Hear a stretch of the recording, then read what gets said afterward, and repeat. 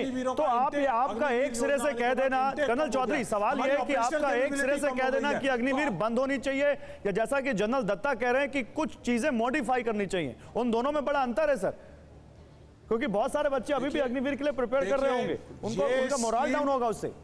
जी आपको ये बताना चाहूंगा कि हमने एक आरटीआई के जरिए 2022 और 23 में पूछा कि कितने हमारे अभ्यर्थी थे, कितने एप्लीकेंट थे। 34 लाख एप्लीकेंट थे।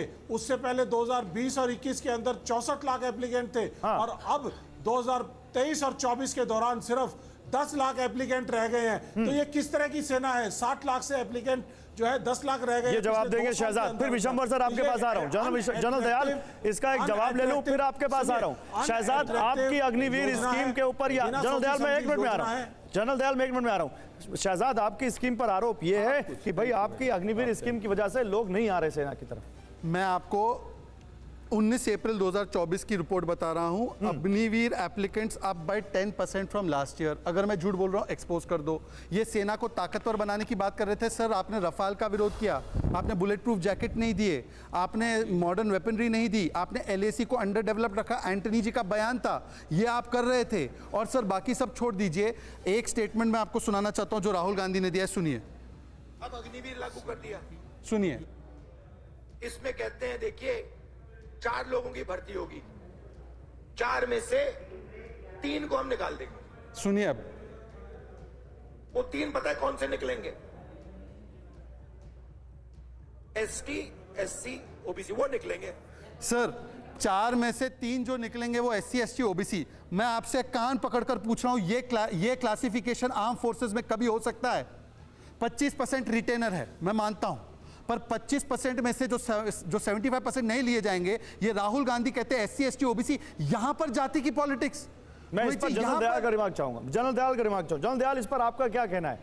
क्या पॉलिटिक्स से सेना को अलग नहीं रख सकते जनरल दयाल? कोई भी हो, मैं केवल राहुल गांधी की बात नहीं कर रहा, किसी भी पार्टी को, हम सेना को तो कम से कम पॉलिटिक्स से अलग कर दें सर। किसने घसीटी सेना को गलियारों में? पिछले 10 साल से सेना को मैंने पहले दिन कहा था गलियारों में मत भटकाइए, सेना का नुकसान होगा। आप लोग 10 साल से सेना को, अरे भाई 50 एमपी जहां से मेन एनरोलमेंट्स होती हैं उन स्टेट्स में रिजेक्ट कर दिए। हालांकि बीजेपी की पूरी हवा थी, अब तो कुछ समझो। ये स्कीम आप लोगों ने तो ऊपर की बात कर ली, राहुल गांधी का एक मुद्दा लेके देश में अब बहस हो रही है स्कीम पे, एक्चुअल स्कीम पे देश का क्या नुकसान होगा, सुरक्षा का क्या नुकसान होगा, उस पर ना किसी में बुद्धि है ना कोई। सर मैं आपसे एक सवाल पूछ रहा था जनरल दयाल की, पॉलिटिक्स कोई भी हो, आप देश के बीजेपी पर सामाजिक दायरे का, अरे गांव-गांव में जाइए, मैं गया हूं गौरव, गांव-गांव में जाइए, इतने अनएम्प्लॉयड है, कोई भी आ जाएगा। आने वाले समय में 10 साल बाद देश की सेना की, शहजाद आपको रिप्लाई करना चाहते हैं, शहजाद आपको रिप्लाई करना चाहते हैं sir. Sir with all due respect Shahzad आपको रिप्लाई, मेरे को रिप्लाई, मेरी बात तो सुनो। शहजाद मुझे रिप्लाई करेगा आगे का। मैं 30 सेकंड में बात कंप्लीट कीजिए सर, 30 सेकंड में आप अपनी बात कंप्लीट कीजिए। जनरल दयाल 30 सेकंड में बात कंप्लीट कीजिए, 30 सेकंड में बोलिए। मैंने thank you very much, well done, keep it up. Sir बोलिए, आप ही को बोल रहा हूं। सर देखिए मैं बात रख लेता हूं, वो तो उठ के चले गए। मैं बस इतना कहना चाहता हूं कि सेना में आने वाला, जनरल दयाल आप ही को बोलने को बोल रहा हूं सर। सेना, मैं बोल दूं अपनी बात सर? लगता है जनरल दयाल चलेगा, आप बोलिए शहजाद। देखिए सेना में आने वाला कोई भी व्यक्ति ऐसे वैसे अनएम्प्लॉयमेंट की वजह से नहीं, देश की सेवा करने के लिए आता है। और दूसरी बात मैं केवल इतना कह दूं, मैंने एक स्पेसिफिक सवाल पूछा, इंदिरा जी ने भी बोला था कि इंदिरा ने 2 टुकड़े किए, हमने कभी ये नहीं कहा सियासत की सेना पर। आज सवाल सिर्फ इतना है कि एससी, एसटी, ओबीसी निकाले जाएंगे, आर्मी ये करेगी, इस पर स्पेसिफिक सवाल है। मैं रोहित जी से हाथ जोड़कर पूछना चाहता हूं, जाति की पॉलिटिक्स यहां पर भी जवाब दीजिए। कर्नल चौधरी देखिए, जो रिटेंशन होगी, हमारे आप लोगों को फौज के बारे में जानकारी लेना बहुत जरूरी है। फौज के अंदर जो जनरल दत्ता साहब कह रहे थे जिस तरह से कि एक शॉर्ट सर्विस कमीशन होता है, शॉर्ट सर्विस कमीशन के अंदर जो अफसर बनता है, उस अफसर में और रेगुलर अफसर के अंदर कोई भी डिफरेंस नहीं होता है। तो और उसकी ट्रेनिंग को कंप्रेस करके बहुत ही ज्यादा उसकी उम्दा ट्रेनिंग कराई जाती है। सेम उसको पेंशन पे सब कुछ उसको पे पर्क्स। ये तो बीजेपी ये कह रही है कि राहुल गांधी फिर कास्टिज्म क्यों कर रहे हैं उसमें? हमारे जो एक मिनट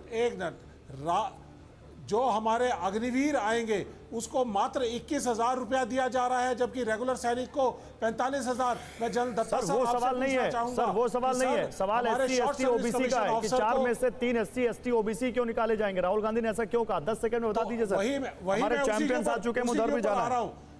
उसी के ऊपर मैं देखिए मैं उसी के ऊपर आ रहा हूं, क्योंकि ये स्टैंडर्ड्स की बात है। क्योंकि जो OTA के जरिए और IMA के जरिए NDA के जरिए आने वाले उनका स्टैंडर्ड्स बिल्कुल सेम रखा जाता है।